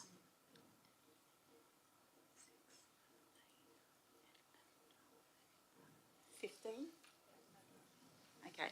All those against, please raise your hands. That is carried. Mr Brown, could you come forward with your second motion, please? Madam Mayor, thank you very much. This is in reference to the Robert Brown 7 Ashfield Parade. You're still Ashfield. there. It's the second motion, representing the committee and membership of Ashfield Can as president. The motion, it is proposed that the town of Bassendean urgently consider the installation of improved security lighting and the installation of temporary security camera sentinels at or adjacent to the Ashfield retail precinct. And that's your motion, sir? Yes, it is. Okay. Can I ask if we have a seconder for that motion? Mr Yates. Okay, Mr Brown, would you like to provide your rationale? Thank you. Thanks, Madam Mayor. Ashfield Can, with a membership of 200 ratepayers, strongly believes that the Ashfield shopping precinct space is in need of revitalisation. The precinct provides vital services to this community, particularly the vulnerable and socially disadvantaged, referring to my previous. A major factor in the demise of the Ashfield retail precinct is the escalation in anti-social behaviour and crime, exacerbated by recent media publicity. Whilst this situation is not unique, with other locations similarly affected, Ashfield has been severely impacted and is a major factor, with retailers planning to cease business or reduce opening hours. Whilst lighting and security cameras are no panacea, research demonstrates they make a significant difference, as it is known that criminals seek anonymity and hide in the shadows. As an example, Ashfield Can members have joined with the WA Police in the Metropolitan-wide CCTV program and can attest to their success, as information provided to the WA Police has led to the apprehension of criminals. It should be noted this program is supported by the town of Bassendean, who facilitates subsidised purchase of home CCTV cameras and installation. That's my explanation, Madam Mayor. Thank you, Mr Brown. Seconder, would you like to speak to this? Just a few points, if I may. No, you don't.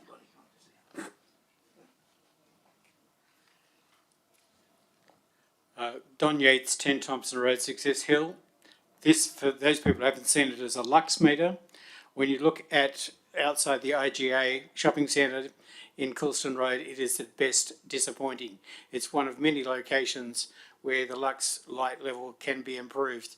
I myself have been to court successfully 3 times with CCTV coverage. It works, it helps the community, and people behave themselves. The other thing that goes with that that's useful is doggy bags, because it basically gets people walking through the area, wherever the area happens to be, providing security, eyes on the street, for virtually no cost. But back to the principle, cameras, lights at Coulston Road would also make it safer for those people exiting the railway station as part of community connectivity. Thank you. Thank you, Mr Yates. Speakers against? Speakers for or against? Okay. Sorry. Sorry, Mr Busby, sorry. I didn't see your hand. Did you wish to speak for or against? Okay. Then, ladies and gentlemen, we're going to go to the vote. I'll get Mr Brown to close and we'll go to the votes. Having been called to, Bill Busby, 53 Hague Street, Ashfield. Having been called out 34, 35 times over the last 20 years when I was president of the soccer club at 2 or 3 o'clock in the morning, any CCTV information we had has been timely, it's been fantastic for the police. There's been several arrests happen. We've had cameras stolen from the stand. We've asked for them to be replaced. Nothing's happened from a council point of view. It does work. We've had some very, very good CCTV from the thing. There appears to be a free telephone system there. The guys appear to be drunk or possibly under influence of alcohol or whatever, wandering across Coulston Street unsafely. If this was a bit more policed, I pick up huge amounts of glass and rubbish from there's 3 bins on the 4 corners of the public toilets, and still rubbish gets dropped by the people using the toilets. they need to go back to the people. And if we've got more security, more of the young families can use the playground safely, use the public toilets safely. The Christian Association are reluctant to use the public toilets because of the discord there, the graffiti, and I think CCTV camera in and around the shopping centre and the public toilets and the playground, where permitted, would be a fantastic asset for the town of Bassendean. Thank you, Mr. Busby. Mr. Brown, did you wish to close or your... Just briefly, thanks, Yes, Madam Mayor. thank you. Just to finish off, the town and our CEO is aware of the problems facing Ashfield and the difficulty in resolving. We've had some fantastic dialogue with Mr. Woods over the last couple of weeks. He's been very responsive to Ashfield. If we can provide some solution, it's not going to be total. If we provide some solution, the people of Ashfield will feel safer and more secure. So thank you very much. Thank you, Mr. Brown. So, ladies and gentlemen, you have heard the motion from Mr. Brown. I'm now going to put it to the vote. All those in favour, please raise your hands.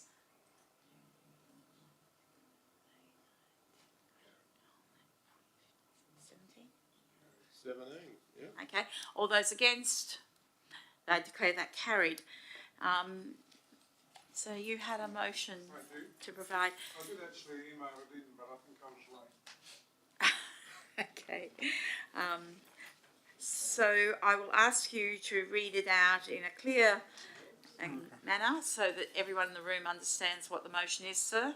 Alan Copleston, 81 Parker Street, Bassendean.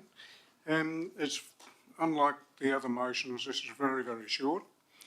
This motion asks the Town of Bassendean to simplify the process to apply to be a passenger in the volunteer transport service. Thank you, sir. That's your motion? That's the motion. Okay, I'll ask if there's a seconder for that motion.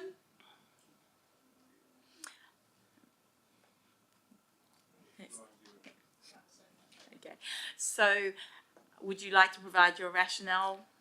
Well, basically, I think people really appreciate that the town brought back the volunteer transport service, but when you look at what's on this process to get on as a passenger is very complicated.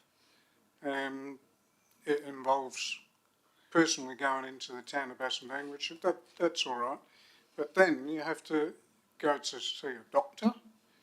By the time you actually get around to doing all the things that are required, you probably spend upwards of $200 to apply for a free service. It's, you know, because like these people obviously haven't got transport, so they've got to get a taxi both ways, and it's ongoing. They have to get a doctor's note twice a year to be a passenger on this service. If you're a driver with a licence, you only need to get a doctor's note if you're over 80 once a year. And in this case, it's like twice a year to be a passenger, which seems really ridiculous. Thank you, Alan. Okay, I'll ask the seconder if the seconder would like to speak to this. Anne Macbeth, Melly Street, Ashfield. I'm aware that the town is already looking at this issue. Is that correct, Mr. Woods? Through you, Madam Mayor, it's actually been changed this week as a result of feedback. So that's excellent news. Would you like to share with us how it has been changed, please? Thank you. This is a ratepayers meeting. You're welcome to come next year. Yes, through the feedback we've had that was brought to me by Madam Mayor, last week we reviewed the process. So it is one medical certificate start to make sure that the person has the right mobility issues, because our service is for people that are fully mobile, because there are other services that cater for those other people. So it is one medical certificate, and then no need for another medical certificate unless the driver and or the staff think that things have changed with that particular passenger, and we may request, but there is no compulsion to have a 6-monthly review, so that's gone. And the other thing that we've changed is to make it easier where the doctor can email our staff with the medical certificate, or the customer can email rather than have to come into the service. So they're the two changes. So given the comments provided by our CEO, Alan, would you wish to remove or withdraw your motion? Well, I just accessed the town of Bassendean today, and it's still the same, hasn't changed on the website. Well, if that's the case, I'll apologise for that, but address that tomorrow. But I've sent a bulletin out to the councils last week, so it's obviously in the process. It may be the bulletin was sent to councils on Friday. It might be that today's only Tuesday. I'm not sure whether the website is as efficient at changing things as what we are. So, but again, I'll ask you, Alan, if you wish to proceed with this to the vote or whether you'd like to withdraw the motion. Well, I think we need to, because it still hasn't actually Yep. changed. That's perfectly, you're right, it's perfectly fine. Carry on. Yes, If, okay. If it's changed, you know, and it's changed in a way that is beneficial, then you've actually done That's done its job. perfectly happy to proceed with the motion if that's your wish, sir. So you've moved the motion, Ms Macbeth has seconded it, you've spoken to it. Do I have anyone against it? Would you like to provide any further commentary? No? Okay, so I'm going to put this straight to the vote. All of those in favour, please raise your hands.